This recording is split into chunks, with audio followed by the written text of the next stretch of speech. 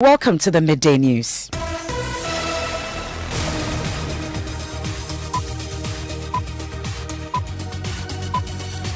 The news is live on Joy997 FM here in Accra and Kumasi. We are live on Love 99.5 FM and affiliate across the 16 regions of Ghana, including ATL FM in Cape Coast, Kekeli Radio in Ho, and A1 Radio in Bolgatanga. You can also download the My Joy Online app from Play Store and App Store to listen live around the world. In this edition, Cape Coast High Court orders fresh elections in Asin Central constituency of the Central Region, annulling results of the 2020 parliamentary polls and ordering the MP to stop holding himself as such.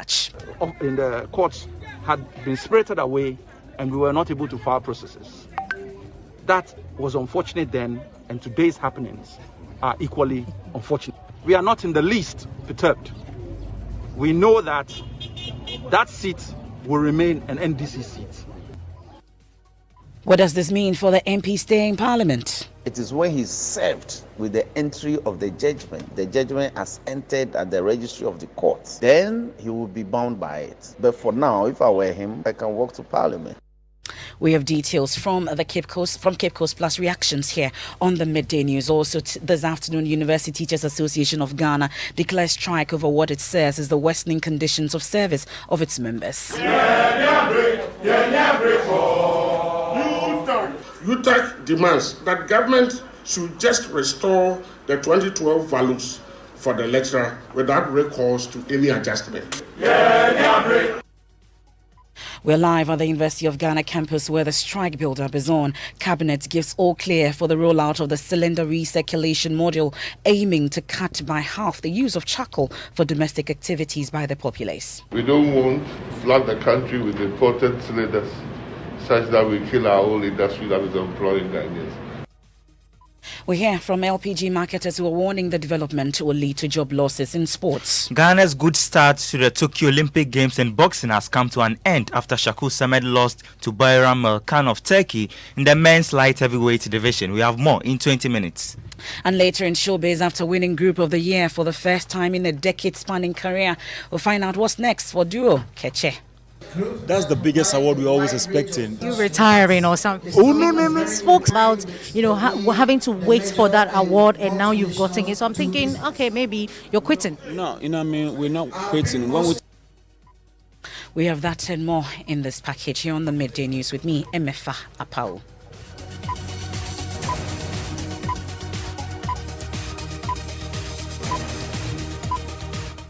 And this is your home of bold, credible and fearless journalism. This afternoon, a Cape Coast High Court has cancelled the 2020 parliamentary elections in the Asin North constituency of the Central Region. The petitioner, Michael Ankuma Nimfa, contends that the winner of the December 7 parliamentary elections in the Asin North constituency, James Chachikwesin, held dual citizenship as a Ghanaian and Canadian and therefore must be restrained from performing the duties of an MP.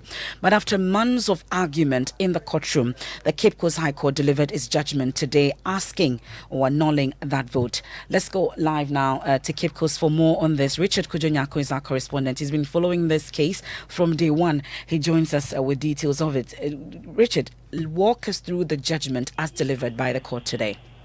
Well, so four issues were set down for trial. One was on the capacity of Mr. Michael Ankuma Nimfa. On this, the court ruled that Mr. Michael Ankuma Nimfa was properly placed and had the requisite capacity to bring the cause of action.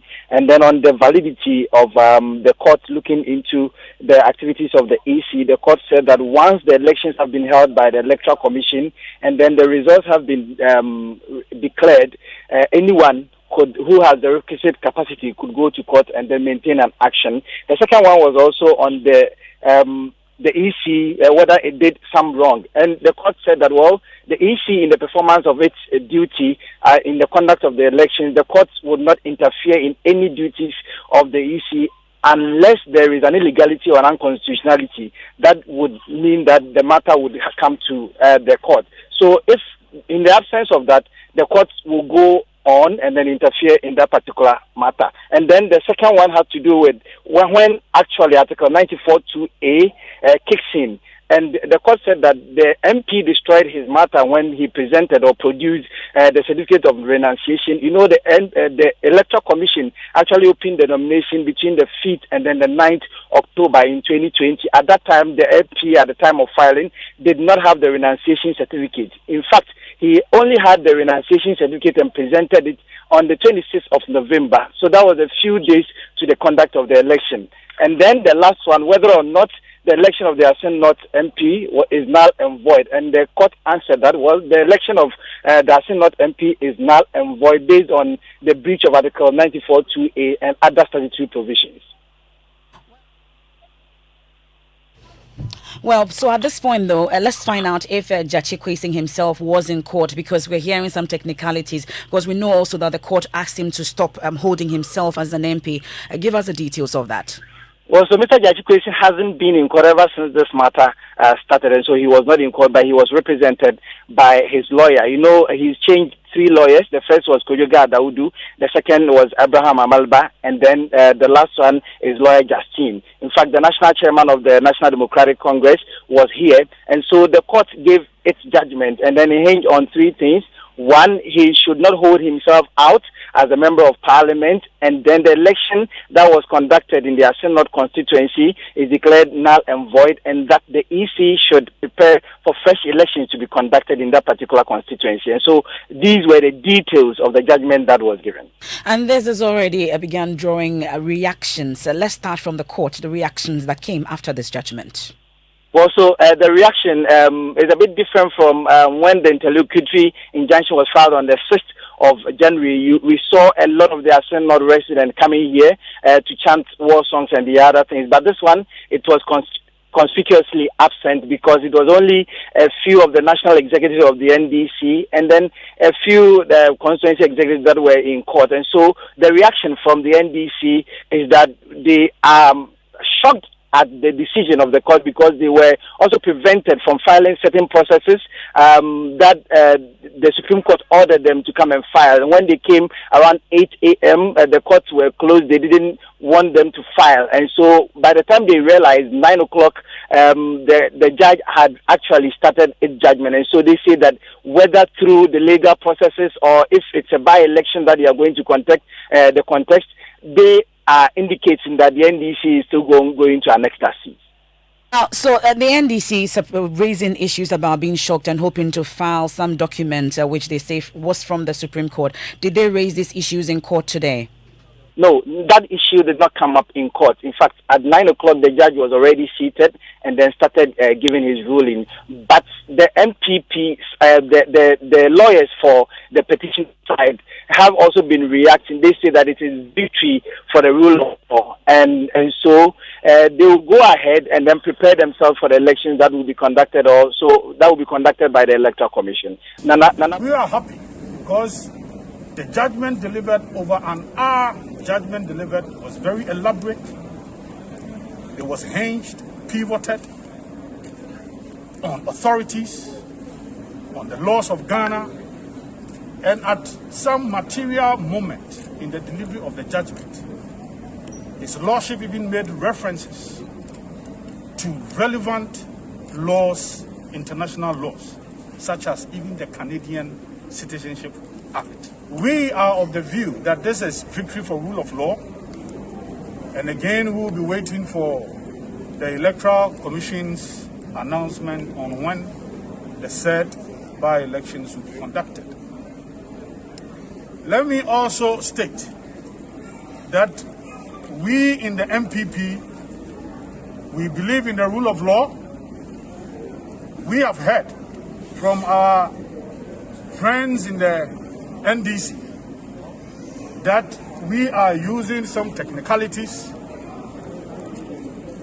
to make sure that the sovereign will of the people of Asin North will be thwarted. This is false and malicious attempt by the NDC to render our rule of law ineffective, but it is not going to work. Now, I said the last time that the same law that found Honorable Adamu Sakande as not eligible to be Member of Parliament for Boku Central is the same law applicable as we speak. The laws have not changed. That's the National Youth Organizer of the NPP, Henry Nanabuache, from the court. We can also hear a leading member of the NDC who was in court, Alex Segbefia. Ruling in terms of an injunction, quickly, everybody in the courts had been spirited away and we were not able to file processes. That was unfortunate then, and today's happenings are equally unfortunate. We've heard what the judge has had to say, and the lawyer in the case, Justin Pagwa, is actually at the moment obtaining a copy of the judgment, which we shall look at closely and make various decisions. We are not in the least perturbed. We know that that seat will remain an NDC seat, either through the courts or through an election. Whichever way it's looked at, we know that seat is going to remain an NDC seat. We have no problem with that issue. But it's important that the right things are done and the right processes and procedures are followed. So we shall study the judgment. Of importance is the fact that a lot has been made of the Zaneto case.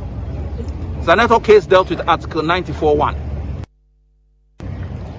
This case is under 94.2. The Constitution itself deals with citizenship and allegiance as two separate things. That's Alex Segbefia there. He's a senior member of the opposition NDC. He's reacting from the court. Let me take you to Parliament now and get reactions from the Asin North MPs, colleagues in Parliament. Well, Joseph, I know that the news has trickled into Parliament. There's been reactions. What is the talk in Parliament on this? It appears we've lost Joseph Opoku-Gakpo there on the phone, but he's been speaking earlier to Roxanne Nelson Dafe-Amakpo. He's a minority member on the Legal, Constitutional and Parliamentary Affairs Committee of Parliament. As a colleague and as a member of the NDC, we are indeed disappointed with the ruling, but that's the ruling of the court. And as a practicing lawyer, I know the remediable steps available. I know that as a party who appeal the ruling, and when that happens, then the remedy available will be to apply for stay pending the determination of the appeal, because you see, it's extremely costly to run a by-election when the law on the matter, as it is not properly settled as in at the highest level. We are prepared to take this all the way to the Supreme Court. You must have heard that an aspect of this matter went to the Supreme Court yesterday. So the substantive matter, yes, we are prepared to take it all the way to the Supreme Court. And if we up to the level of review, if it so happens. So for now, we want to urge every party member and every concerned Ghanaian to remain calm once we consider the legal remedies available. He's been asked not to continue holding himself out as a member of parliament. That means you are -1. You are not 137, 137. Yes. Technically, that's what it means. But hey, we will file an appeal. So that's Roxanne Nelson Dafe-Amakpo there. Let's bring back Joseph Opoku-Gakpo. Joseph, so we've heard from Roxanne Dafe-Amakpo. Apart from him, what other reactions are coming in to this particular ruling from the Cape Coast High Court? Well, you recall that this is the MP who tried voting when election was being done for Speaker, and it became very controversial on the dawn of 7th January because the NPP side wanted to prevent him over a court directive to that effect. And for the MPs on the majority side, they say that they've been vindicated to a certain extent by this particular ruling. As to how the other MPs are responding, I've not spotted Mr. Kwesing himself in the House. Roxanne Dafe-Amakpo makes the point that he can't still show up in Parliament until the official judgment is served on him. So that's my colleague Joseph Opoku Gakpo there. We'll continue to follow that and bring you more on this subsequently. But moving on, the University Teachers Association of Ghana says it will embark on a strike from Monday, August 2, if government does not take immediate steps to address what it says is the worsening conditions of service of its members. Addressing a news conference in Accra today, UTAC President Professor Charles Marfo said the agreement with government following the introduction of the single spine salary structure in 2012 means that an entry-level lecturer will receive the Ghana cedi equivalent of $2,084, but they say successive governments have failed to respect this agreement. Demands are considered and met in total. UTAC would have no other option. UTAC will have no other option than to embark on industrial action by withdrawing teaching, which includes the conduct of examinations and the making of examination scripts, marking of examination scripts, and other related matters, starting from Monday, 2nd August 2021 until further notice.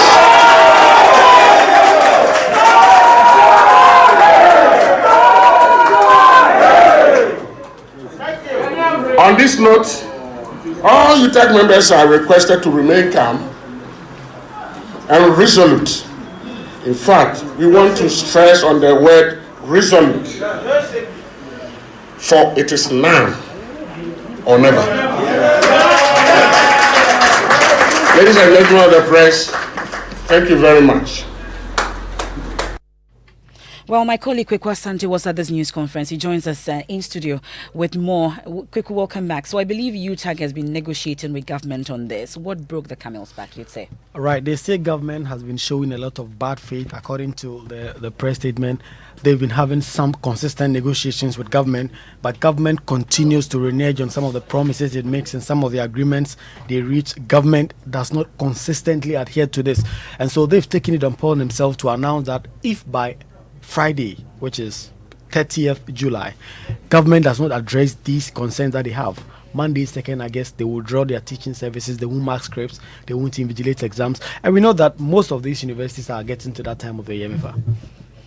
UTAC demands that government should not just, government should just, and this is very important to us, UTAC demands that government should just restore the 2012 values for the lecturer without recourse to any adjustment. To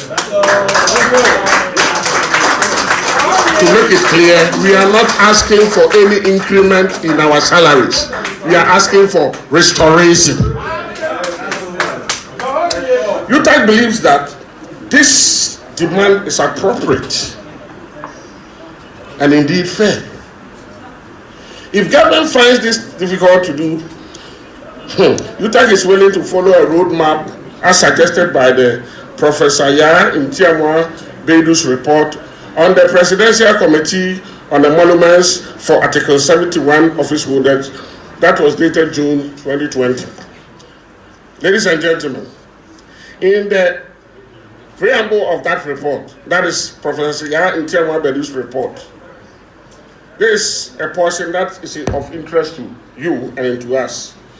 At page number 11 of that preamble, and I quote, the committee strongly urges government to also spare no efforts at reducing the wide gap between the highest and the lowest paid public servant in the country. This can be achieved by implementing a roadmap, as was done during the tenure of former President Kufuor, to the health and tertiary education sectors.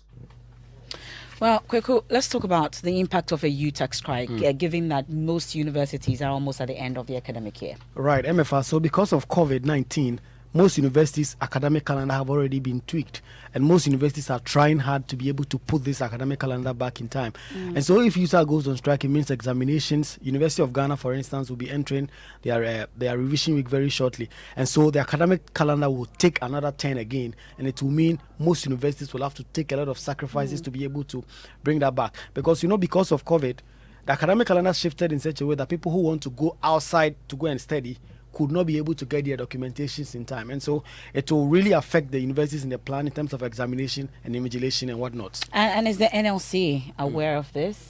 Right. They say that they've been speaking with the NLC. They've not had any good faith response from them, and so they think this is the decision that they can take that is in the best interest of their members. Thank you very much, Quick Sante. You're listening to the Midday News here on Joy 99.7 FM. Our top stories: Cape Coast High Court orders fresh elections in Asin Central constituency of the Central Region, annulling results of the 2020 parliamentary polls and ordering the MP to stop holding himself as such. Also, we've been hearing from UTAG as they declare strike over what it says is the worsening condition of service of its members. When we return from the break, we have sports, and then also Cabinet gives all clear for the rollout of the cylinder recirculation model, aiming to cut by half the use of charcoal for domestic activities.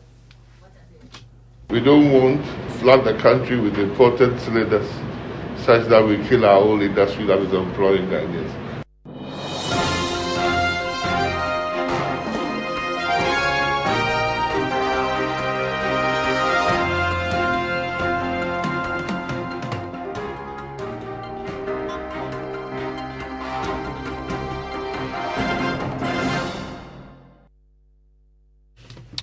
Thanks for staying with us here on the Midday News. We'll do sports shortly. We also have showbiz coming up later. And after winning Group of the Year for the first time in a decade-spanning career, we find out what's next for the duo Keche. That and more. But Mubarak is here with sports. Yes, Semefa, we are talking about the Tokyo Olympic Games because Ghana's Shakur Samed has lost by technical knockout to Turkey's Bayram Melkan in the men's light heavyweight round of 16 bout. Shakur is the younger brother of professional boxer Basti Samer and was determined to bring home a medal which eluded his brother during his time at the Olympics, but the dream has now turned into a nightmare. The loss has brought to an end Ghana's fine start in the tournament after Suleiman Nutete and Samuel Techi emerged victors in the flyweight and featherweight divisions respectively. Boxing expert Nathaniel Atto believes all is not lost.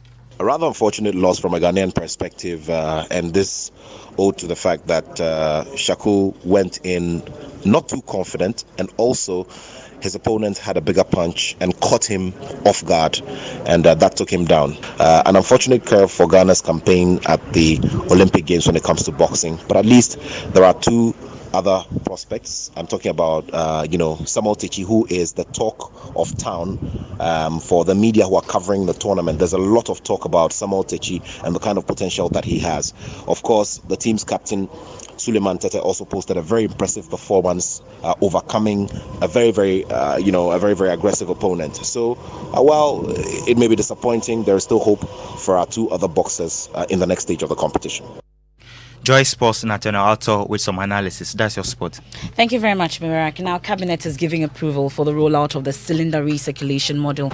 Among others, it aims to cut by half the use of charcoal for domestic use. Initial attempt by the National Petroleum Authority to introduce the model last year was met with stiff opposition, with LPG marketers embarking on a strike. They say its implementation will lead to job losses, but at the swearing-in ceremony of the newly constituted governing board of the cylinder manufacturing company, Energy Minister Dr. Matthew Opoku-Prempeh revealed the module has now been approved by Cabinet for rollout and charged the company to ensure the scale-up of gas cylinder production to meet the likely surge in demand. Excessive cutting of the wood is increasingly leading to the rapid desertification of the country. And as we speak, Ghana being part of the Sustainable Development Goals and the climate change agenda, there's a need to either restore our environment or protect the environment. In fact, Cabinet already has approved a cylinder recirculation model to promote the work and to ensure that 50% of the country, instead of using charcoal or fuel wood, will turn to the use of gas. If it's going to be possible, one company that must be up and running is Ghana Cylinder Manufacturing Company. We don't want to flood the country with imported cylinders such that we kill our whole industry that is employing Ghanaians. And not only that, we believe Ghana Cylinder Manufacturing Company has the ability not only to supply cylinder to the whole of country and cylinder stoves and all the different things that they can do, but also to export cylinder, at least in the neighboring countries or outside the shores of even Africa. The tussle between the board and management of the cylinder manufacturing company in 2019 led to the dissolution of the board by the finance minister after their disagreement affected the payment of salary to workers. The energy minister wants the new board to work towards turning the fortunes of the company around. I know that currently it is struggling. COVID has made it worse for them. And if there's any company that is always in the premises of Siga, I can say it is probably Ghana Cylinder Manufacturing Company. You have a chief executive that is strong, bold, fearless, just like the national anthem says, who is pushing to ensure that at least all the things that he has said in opposition, while in government, he can make sure that this state entity thrives and becomes better for the whole country. We are also very much aware that there has been some issues that has bedeviled this company, especially in the last 4 years. Both managerial and financial. We know that the union has at times been at loggerheads with the management. We know that even at management and board level, there have been rancors that has happened. But we hope that we have learned the lessons out of it and we are now in the position to put all that past. But despite the Cabinet's approval for the rollout of the cylinder recirculation model, the Association of LPG Marketers are unhappy, warning the move will lead to job losses. Gabriel Kumi is Vice Chairman of the association. We are members of the implementation committee. We as an association have raised certain concerns, and those concerns are being addressed. But we believe that this policy objective, as laudable as it may be, will not be met if the price of LPG continue to be where it is today. Because one of the main objectives is to increase penetration and consumption of LPG from the current 25% to 50% by the year 2030. But we believe that the price is too high. It's pushing away consumption. It's pushing away consumers from consuming the product. We believe deeper consultation will still have to be done. We believe a lot of infrastructure will have to be put in place for effective piloting. We shouldn't rush this policy. Per this policy, we are not introducing a new industry in Ghana. We are only trying to apply a new strategy to an existing industry. That's the Vice Chairman of the Association of LPG Marketers, Gabriel Kumi, there. Now, the Ghana National Fire Service says it is relying on protection from the Ghana Police Service to get back to Moshi Zongo to investigate fire incident that killed 2 children.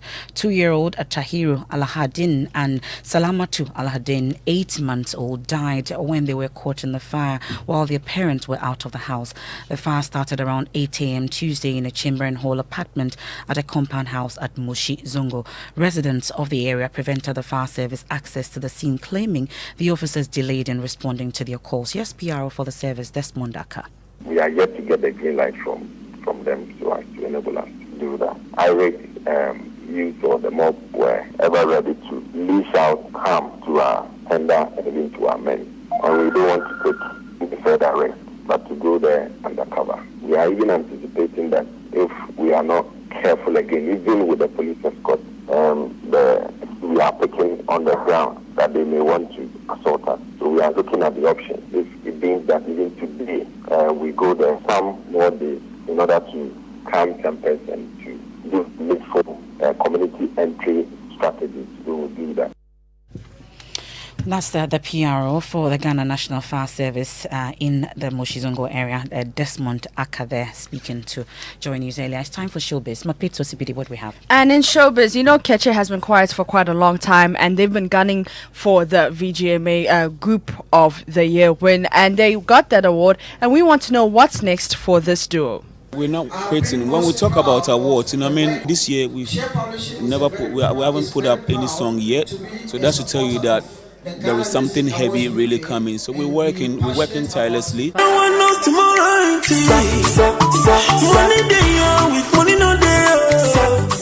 And trending on Twitter is #NoPressure album. We're very excited and we're anticipating Sarkodie's album, and it will be dropped on Friday. People are quite excited. At Prince Ghana, for example, says at King_Sarkodie, the No Pressure album, make them give you mic and explain why you're dripping, always be top notch. MFR. Thank you very much, Mapit. So, stories on myjoyonline.com. Cape Coast High Court cancels 2020 Asin North parliamentary election results. Also in court, Supreme Court prohibits Justice Wanyanuga from continuing with Opuni's case. We have more on that. Akufo-Addo sets in motion probe to determine if CJ should be removed from office. Attorney General updates Parliament on investigations into murder of Professor Bene. That and more on myjoyonline.com. I am MFR Pau. Thanks for your company on behalf of the entire team. Learning excellence through pressure is today's edition of Living Word with Pastor Mensel Tabil. Please stay.